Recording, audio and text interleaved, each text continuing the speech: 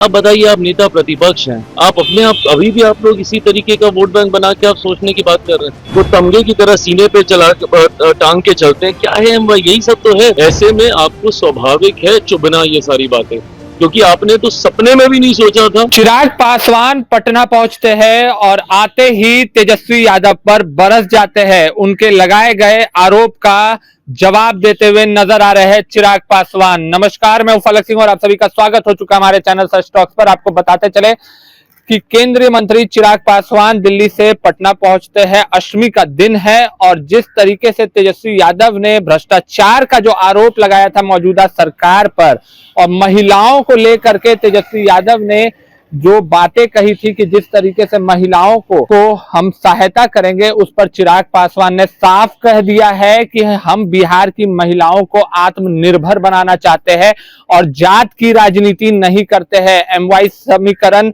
हम नहीं करते, हमारे लिए पूरे बिहारी एक है। आपको हम सुनवाते हैं कि क्या कुछ कहते हुए नजर आ रहे हैं चिराग पासवान। हाँ, तो ये तो अपेक्षित था ही कि रिपोर्ट आएगी सामने। अब रिपोर्ट आने के बाद कौन कितनी उस पर विपक्ष राजनीति करता है, अब ये देखना होगा। और बार बार हम इस बात को कह रहे हैं कि भाई इससे केंद्र सरकार का क्या लेना देना है। एसआईआर से आएगी, आपको कोई शिकायत होगी, कुछ अच्छा लगेगा, अच्छा भी चुनाव आयोग के सर, शिकायत होगी तो भी चुनाव आयोग के सर।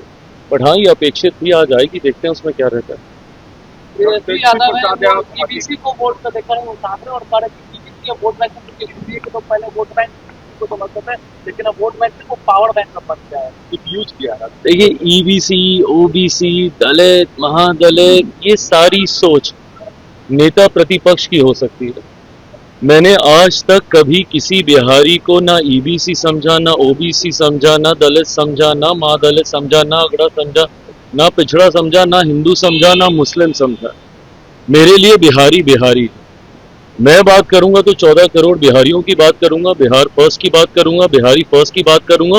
और यही सोच ने बिहार को बर्बाद किया।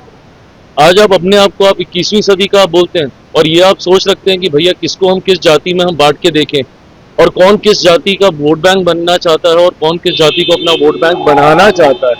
इसी सोच ने तो बिहार को बर्बाद किया है। आप बताइए, आप नेता प्रतिपक्ष हैं, आप अपने आप अभी भी आप लोग इसी तरीके का वोट बैंक बना के आप सोचने की बात कर रहे हैं। पर ये लोग तो सोचेंगे ही ना, जो एमवाई को तमगे की तरह सीने पे टांग के चलते हैं, क्या है एमवाई, यही सब तो है। जातीयता सांप्रदायिकता में बिहार बिहारियों को बांटना। भाई हम भी एमवाई की बात करते हैं, बट हमारे एमवाई में महिला हैं जो कि देश दुनिया की आधी आबादी है।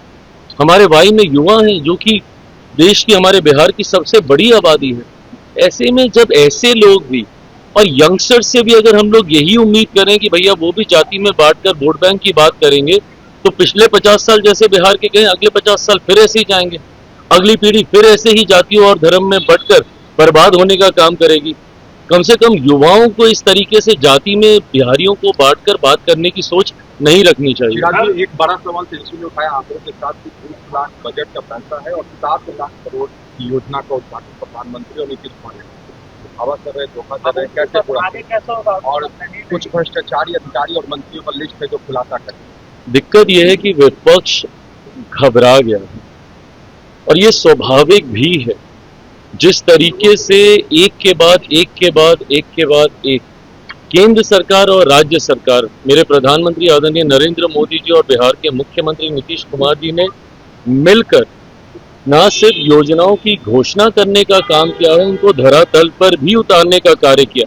मुझे खुशी इस बात की कि मेरे प्रधानमंत्री ने सिर्फ शिलान्यास नहीं किया, उन्होंने उद्घाटन भी किए हैं और कई ऐसी जन कल्याण की योजना जिसको लागू करने का काम किया, जो विपक्ष सपने दिखाता रहा था बिहार को कि हम आएंगे तो हम ऐसा करेंगे, हम आएंगे तो हम ऐसा करेंगे। अरे प्रभु, दिए तो थे आपको 15 साल।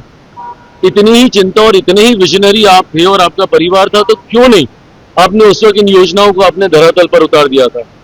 ऐसे में आज जब उन योजनाओं की न सिर्फ घोषणा की गई है बल्कि उसको अमल में भी ला दिया गया है। महिलाओं के लिए आपकी सोच तो भैया सिर्फ सीमित इतनी थी कि आप उम्र भर आप उनको अपने ऊपर डिपेंडेंट रखते, हर महीने आप उनको एक किस्त देते रहते, हर महीने आप एक किस्त देते रहते, यही आपकी सोच थी ना। इसी सोच को आप बोल रहे थे कि भैया कॉपी कर रहे हैं, कॉपी कर रहे हैं। क्या कॉपी किया? आज 10-10 हजार रुपए महिलाओं के अकाउंट में डालकर इस बात को सुनिश्चित करने का हमारी सरकार प्रयास कर रही है कि वो उद्यमी बने, वो अपने पांव पे खड़ी हो। और जब एक महिला अपने पांव पे खड़ी होती है तो पूरे परिवार को साथ लेके खड़ा होती है। तो ऐसे में जिन महिलाओं के अकाउंट में गए हैं 10,000 रुपए, वो इसलिए नहीं गए कि भैया आज दिए हैं फिर तुमको दे देंगे फिर तुमको दे देंगे, नहीं। आप एक प्रोजेक्ट तैयार कीजिए, आप जिस भी व्यवसाय में आप जाना चाहती हैं आप उसके लिए आप कार्य कीजिए, इनिशियल रिपोर्ट सबमिट कीजिए और उसके बाद 2 लाख रुपए की और राशि आपको दी जाएगी ताकि आप उसको पूरी तरीके से आप स्थापित कर सकें। ये विकास की सोच है, ये कैसे एक परिवार को आत्मनिर्भर बनाया जा सके उस दिशा में उठाया गया कदम है। और स्वाभाविक है भैया, ये ऐसे कदम हैं जो सीधा गरीब कल्याण की योजनाओं को सशक्त करते हैं, महिलाओं को सशक्त करते हैं, परिवारों को सशक्त करते हैं। ऐसे में आपको स्वाभाविक है चुभना ये सारी बातें, क्योंकि आपने तो सपने में भी नहीं सोचा था कि ऐसी योजना भी आ सकती है।